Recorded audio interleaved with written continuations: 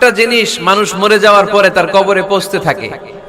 ইন্না মিম্মা ইয়ালহাকুল মুমিন মিন হাসানাতিহি বা'দা মাউতিহি, মানুষ মরে যাওয়ার পরেও যে সাতটা জিনিস তার কবরে পৌঁছায় তার মধ্যে একটা হচ্ছে মসজিদান বানাহু, সে যে মসজিদ বানিয়ে গিয়েছে ওই মসজিদের সওয়াব। সুবহানাল্লাহ পড়েন।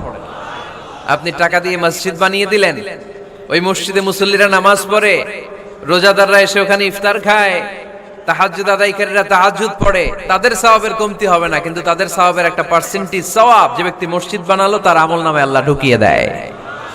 এজন্য বেশি বেশি মসজিদ বানাতে রাজি আছেন তো? আল্লাহর হাবিব সাল্লাল্লাহু আলাইহি ওয়াসাল্লাম বললেন, সাবআতুন ইউযিল্লুহুমুল্লাহু ফি যিল্লিহি ইয়াওমা লা যিল্লা ইল্লা যিল্লু, সাত শ্রেণীর ব্যক্তিকে আল্লাহ তাআলা কিয়ামতের দিন আরশের নিচে ছায়া দিবে, যেদিন আল্লাহর আরশের ছায়া ছাড়া কোনো ছায়া পৃথিবীতে থাকবে না। সেই দিনটা কি এই দিনের মতো?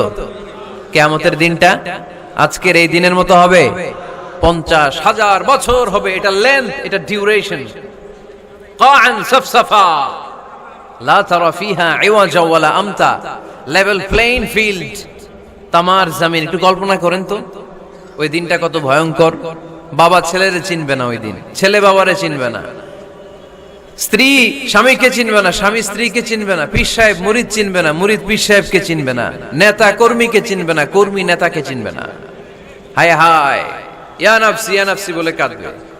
সূর্যটা মাথার কাছে চলে আসবে, সূর্যের তাপে মাথার মগজগুলো গলে গলে নাকের ছিদ্র আর কানের ছিদ্র দিয়ে টপ টপ করে বেয়ে বেয়ে পড়বে। তৃষ্ণায় মানুষগুলো পাগল পাড়া, জিহ্বাটা বের হয়ে নাভি পর্যন্ত ঝুলতে থাকবে। সেদিন সবাই পাগলের মতো ছুটতে থাকবে, কোনো ছায়া নাই আল্লাহর আরশের ছায়া ছাড়া। আল্লাহর হাবিব বললেন, সাত শ্রেণীর ব্যক্তিকে আল্লাহ তাআলা আরশের নিচে ছায়া দিবেন। এর মধ্যে এক শ্রেণীর ব্যক্তি রাজুলুন কলবুহু মুআল্লাকুন বিল মাসাজিদ, ওই ব্যক্তি যার হৃদয়টা সব সময় আল্লাহর মসজিদের সাথে লেগে থাকে। মসজিদের সাথে যার হৃদয় লেগে থাকে তাকে আরশের নিচে ছায়া দিবে কে? এজন্য মসজিদের সাথে যেন আমাদের হৃদয়গুলো লেগে থাকে। অনেকেই দেখবেন এত ভালো নামাজে, জোহর পরে টেনশন করে আসরটা কই পড়বো, আসর পরে চিন্তা করে মাগরিবের সময় আমি কোথায় থাকবো, মাগরিবের সময় টেনশন, ইস এশাটা হয়ে গেলেই তো শেষ। এরকম লোক আছে না নাই? এদেরকে সেই কঠিন ভয়াবহ দিনে আরশের নিচে ছায়া দিবে কে? তারপরে মসজিদ, আমাদের 4 নাম্বার পদ্ধতি মসজিদকে পরিচ্ছন্ন রাখা, মসজিদকে ঝাড়ু দেয়া। মসজিদকে যারা পরিষ্কার করে তাদের হৃদয়ের যন্ত্রণা দূর করে দেয় কে? সাইয়েদনা ইব্রাহিম আলাইহিস সালাম এবং ইসমাঈল আলাইহিস সালামকে আল্লাহ তাআলা আদেশ করেছেন, তাহহিরা বাইতিয়া লিত-তাইফিনা ওয়াল আকিফিনা ওয়ার রুকআইস সুজুদ। হে ইব্রাহিম, ইসমাঈল, বাপ বেটা দুইজন মিলে মসজিদ ঝাড়ু দাও। কি ঝাড়ু দাও?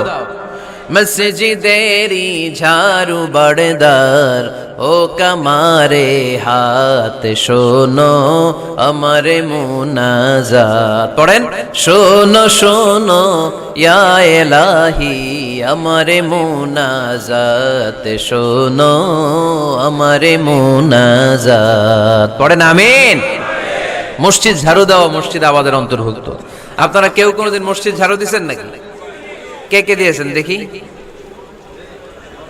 সবাই সবাই মসজিদের খাদেম? মাশাআল্লাহ। আমিও দিছি মসজিদ ঝাড়ু, অনেক দিছি। মাশাআল্লাহ, আল্লাহ তুমি কবুল করো।